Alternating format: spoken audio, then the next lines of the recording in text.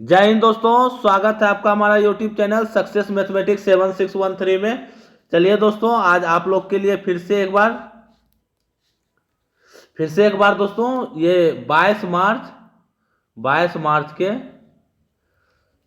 2026 के first shift का analysis है दोस्तों। फर्स्ट शिफ्ट का एनालिसिस है, एग्जाम एनालिसिस है दोस्तों, जो कि आरआरबी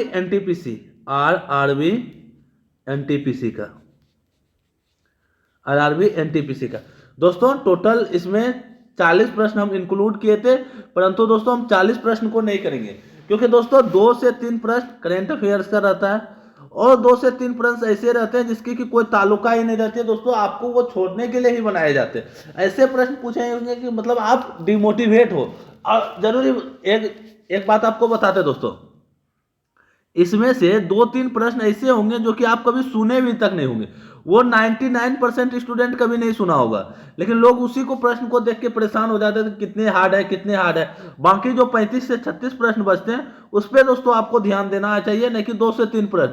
क्योंकि दोस्तों आप अगर 80 नंबर काट छांट 80 छोड़िए 75 भी ले आते तो पीटी का रिजल्ट के लिए ये सेटिस्फाइड है दोस्तों। आप कट ऑफ देख सकते हैं पिछले साल का 2025 का। अगर गलत लग रहा होगा तो एक बार जरूर जाके देखिए। अगर 75 ले आए बिना नॉर्मलाइजेशन का, तो आप निश्चित रहिए कि आप मेंस की तैयारी में भिड़ जाइए।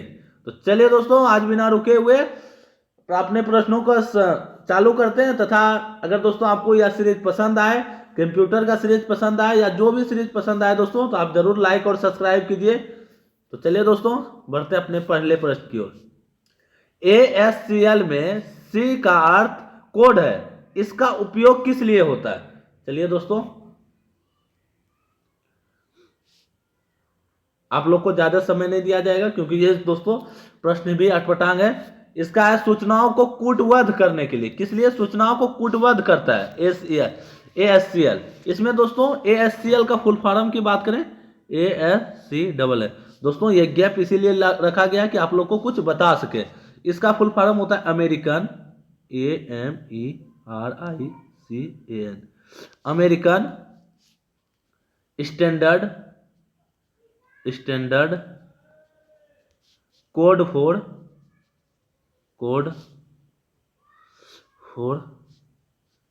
इंफॉर्मेशन। दोस्तों एक बात ध्यान रखिएगा, ऑप्शन आपको मैच नहीं होगा पर आंसर जरूर मैच होगा। आंसर में कोई अंतर चेंज नहीं होगा। इंटरचेंज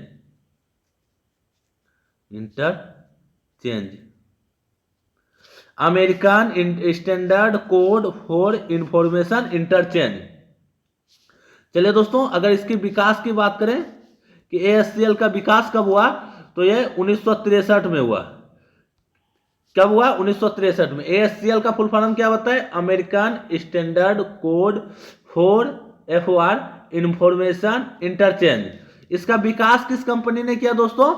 तो विकास किया था अमेरिकन नेशनल स्टैंडर्ड इंस्टीट्यूट। इस बार हिंदी में लिख देते हैं दोस्तों, अमेरिकन, इसका विकास क्या पढ़ रहे, इसका विकास किसने किया? तो American national standard institute.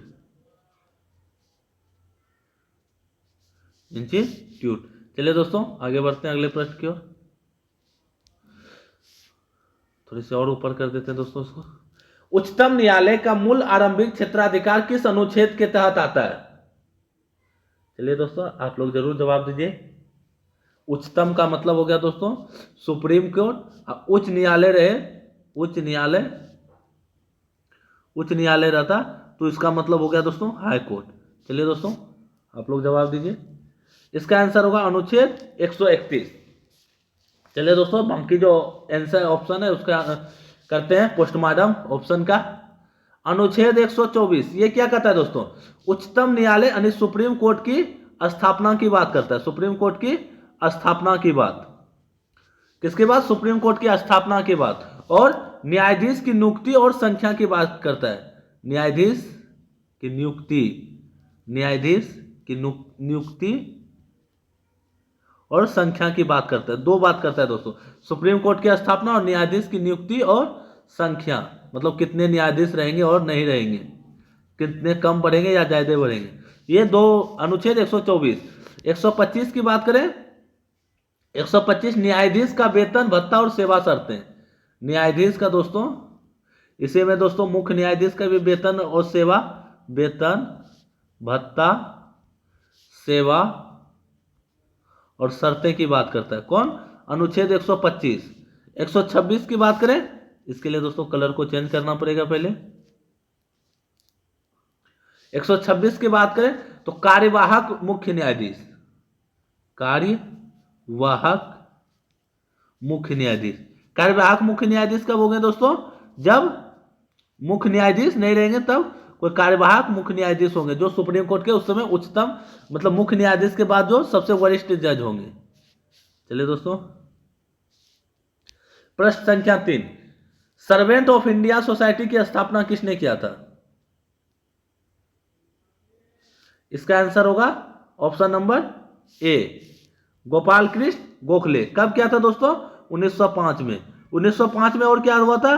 Bengal विभाजन, बंगाल विभाजन, बंगाल विभाजन होता है। बंगाल विभाजन के दोस्तों विरोध में बंग भंग आंदोलन होता है। कौन आंदोलन? बंग भंग आंदोलन। दोस्तों 1905 में ही रविन्द्रनाथ जी के कहने पे, रविन्द्रनाथ टैगोर जी के कहने पे एक दूसरे को राखी बांधा जाता है। क्या बांधा जाता है? राखी बांधा जाता है, राखी बांधा जाता है, बांधा जाता है। चलिए दोस्तों और बात करते हैं। 1905 के समय भारत का वायसराय कौन था? Lord Curzon, Lord Curzon. तो चलिए दोस्तों आगे बढ़ते हैं। आप लोग को देख सकते हैं कि कितने एनालिसिस हो गया। थोड़ी सी प्रश्न को छोटा करें दोस्तों, ये प्रश्न बड़ा है। जब दो या दो से अधिक परिवहन मार्ग या सड़क, रेल मार्ग आदि आपस में मिलते हैं तो उस स्थान को क्या कहते हैं? चलिए दोस्तों आप लोग जवाब दीजिए। इसको कहते हैं दोस्तों जोड़, सॉरी दोस्तों जोड़ नहीं कहा जाता इसको, ये ऑप्शन गलत है। इसको कहा जाता है नोड। क्या कहा जाता है? नोड। और जब दो नोड आपस में मिलते हैं, मान लीजिए एक नोड इधर से और एक नोड इधर से, दो नोड यहां जब आपस में मिले उसको क्या कहते हैं? लिंक। क्या कहते हैं? लिंक। चलिए दोस्तों आगे बढ़ते हैं। ये ऑप्शन गलत था दोस्तों। चलिए दोस्तों अगला प्रश्न है, विटामिन B1 की कमी से होने वाला प्रमुख रोग कौन सा है? चलिए दोस्तों इसका आंसर होगा ऑप्शन नंबर,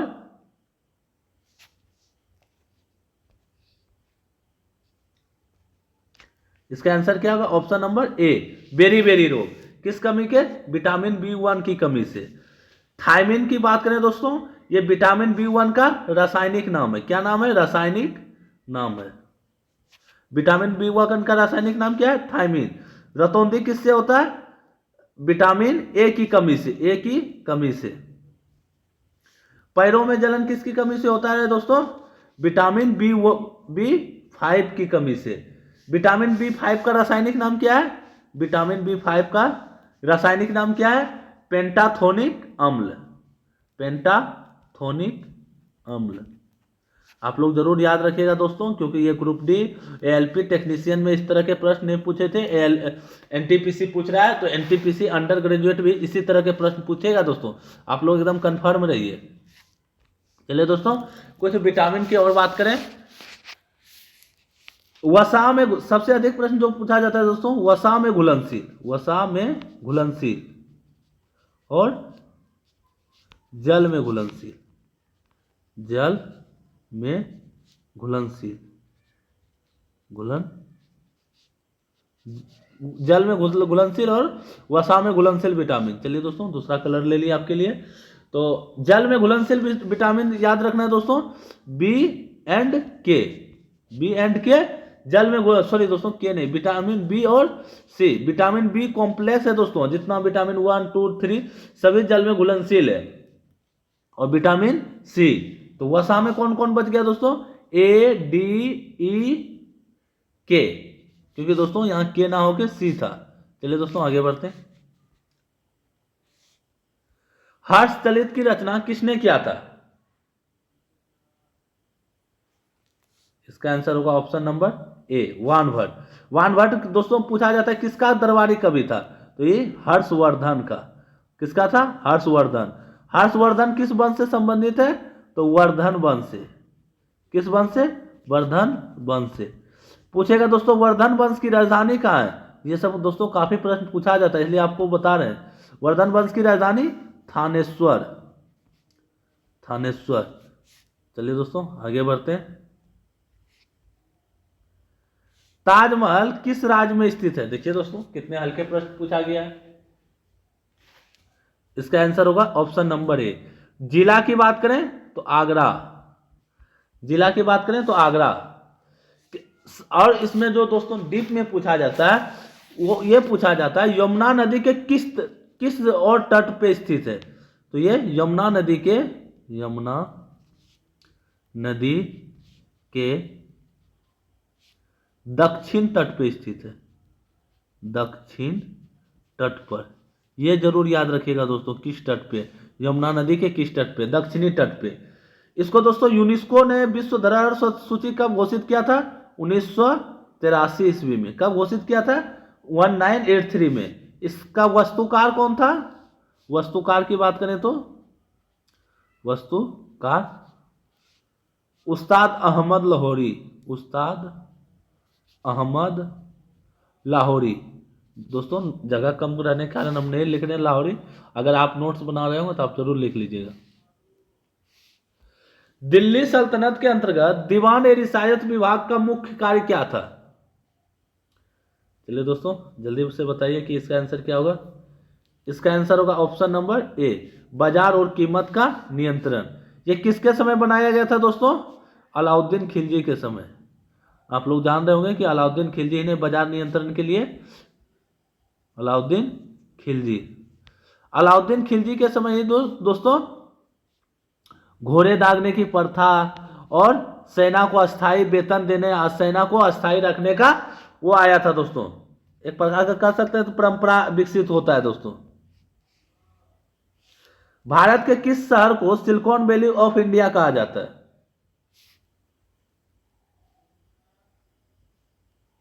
इसका आंसर होगा option number A, Bengaluru. Bengaluru कहाँ है दोस्तों? कर्नाटक की राजधानी है। कलम गांव हिमाचल प्रदेश के किस जिले में स्थित है? देखिए दोस्तों कैसे प्रश्न है। इसका आंसर होगा ऑप्शन नंबर ए। इसमें क्या विश्लेषण किया जाए, कौन सा ऑप्शन को इसमें दोस्तों विश्लेषण करने लायक है? चलिए दोस्तों आगे बढ़ते हैं। वारली चित्रकला भारत के किस राज्य में स्थित है? इसका आंसर होगा ऑप्शन ए, महाराष्ट्र। दोस्तों करंट अफेयर्स के लिए आपको 12 किले शिवाजी का जो यूनेस्को का हेरिटेज सूची में शामिल होता है दोस्तों, आप जरूर एक बार देख लीजिएगा कि जिंजी का किला कहाँ है, तमिलनाडु में कौन सा किला है और कहाँ किला है, जरूर एक बार देख के चलिएगा दोस्तों। संवेग का एसआई मात्रक क्या होता है? दोस्तों इसका ऑप्शन नहीं सेट हुआ तो इसलिए हम इसका ऑप्शन में ना लिख के डायरेक्ट हम इसका आंसर बताते हैं। किलोमीटर सेकेंड पे -1 हो जाए दोस्तों, या तो किलोमीटर प्रति सेकेंड, दोनों सही है दोस्तों। चलिए दोस्तों विंडोज 11 में control plus shift plus ESC shortcut की क्या काम है? अगर तीनों को दबा दे दोस्तों एक साथ, कंट्रोल और शिफ्ट और ESC बटन, तो इसका क्या करेगा दोस्तों? इसका आंसर होगा option number A, task manager को खोलती है। ये काफी एयरबेस चर्चा में रहा था दोस्तों, इसलिए क्वेश्चन पूछ ही लिया गया NTPC। बगरम एयरबेस मुख्य रूप से कहां है? इसका होगा अफगानिस्तान। अफगानिस्तान की राजधानी की बात करें तो काबुल। आप लोग को पता होगा दोस्तों अफगानिस्तान और पाकिस्तान में अभी काफी संघर्ष चल रहा है रमजान के समय में, इसलिए आपको एक बार जरूर न्यूज में का समाचार देख के जाना चाहिए दोस्तों। तापीय प्रदूषण का सबसे सामान्य कारक प्रदूषण कौन सा है? दोस्तों आप लोग सही से प्रश्न पढ़ लीजिएगा। तापीय प्रदूषण का सबसे सामान्य मतलब जो ऑप्शन में उसमें सबसे सामान्य आपको क्या दिख रहा है? इसका आंसर होगा ऑप्शन नंबर ए, शीतलक के रूप में उपयोग किए जाने वाला गर्म पानी। दोस्तों एक बार प्रश्न को फिर से पढ़ लीजिए कि सबसे सामान्य पूछ रहा है। भारत में कार्बन क्रेडिट लक्ष्य पूरा ना करने पर कितना जुर्माना लगता है? अभी तक दोस्तों कार्बन क्रेडिट के बारे में पूछ रहा था, अब क्या पूछने लगा, उसका जुर्माना भी याद कीजिए दोस्तों। इसका आंसर होगा ऑप्शन नंबर ए, बाजार मूल्य का 2 गुना। उस समय जो बाजार मूल्य लगेगा उसका 2 गुना इसका दाम लगेगा। अगर 1 है तो 1 का 2 गुना 2 जुर्माना लगेगा दोस्तों। अमीर खुसरो ने अपने साहित्य और काव्य रचना के लिए मुख्य रूप से किस भाषा का प्रयोग किया था? चलिए दोस्तों आपके लिए छोटा कर देते हैं थोड़ी सी। अमीर खुसरो अमीर खुसरो ने मुख्य रूप से साहित्य और काव्य रचना के लिए मुख्य रूप से किस भाषा का प्रयोग किया था? इसका आंसर होगा ऑप्शन नंबर ए, फारसी।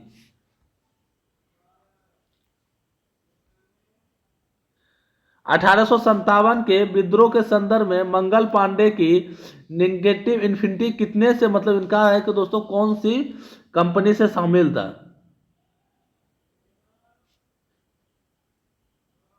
इसका मतलब ये कितनी निगेटिव इन्फिनिटी से संबंधित है? इसका आंसर होगा ऑप्शन नंबर ए, 34वीं। इसमें दोस्तों थोड़ी सी टाइपिंग में एरर है। 34वीं इनफील्ड राइफल से संबंधित है दोस्तों।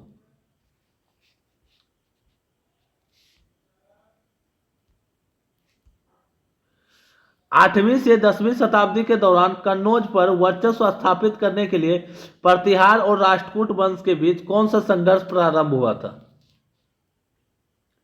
चलिए दोस्तों इसका आंसर होगा ऑप्शन नंबर ए, त्रिपक्षीय संघर्ष। फ्लू किस वायरस के कारण होता है? इसमें ऑप्शन में आंसर, सॉरी दोस्तों, प्रश्न जो पूछा था इसका उल्टा पूछा था दोस्तों, लेकिन हम इसको उल्टा कर दिए। इसका आंसर होगा option number A, influenza virus. पूछा था इन्फ्लुएंजा वायरस से किस बीमारी होती है? उसका आंसर होगा फ्लू। रेबीज की बात करें दोस्तों, ये कुत्ते को काटने से होता है। किसको? कुत्ते को काटने से। चलिए दोस्तों अब देखते हैं इसके अगले पार्ट में, कोशिश करेंगे दोस्तों जो बचे हुए प्रश्न है उसको लेने के लिए। तो दोस्तों तब तक रखिए अपना ख्याल और मिलते हैं अगले वीडियो में। जय हिंद, जय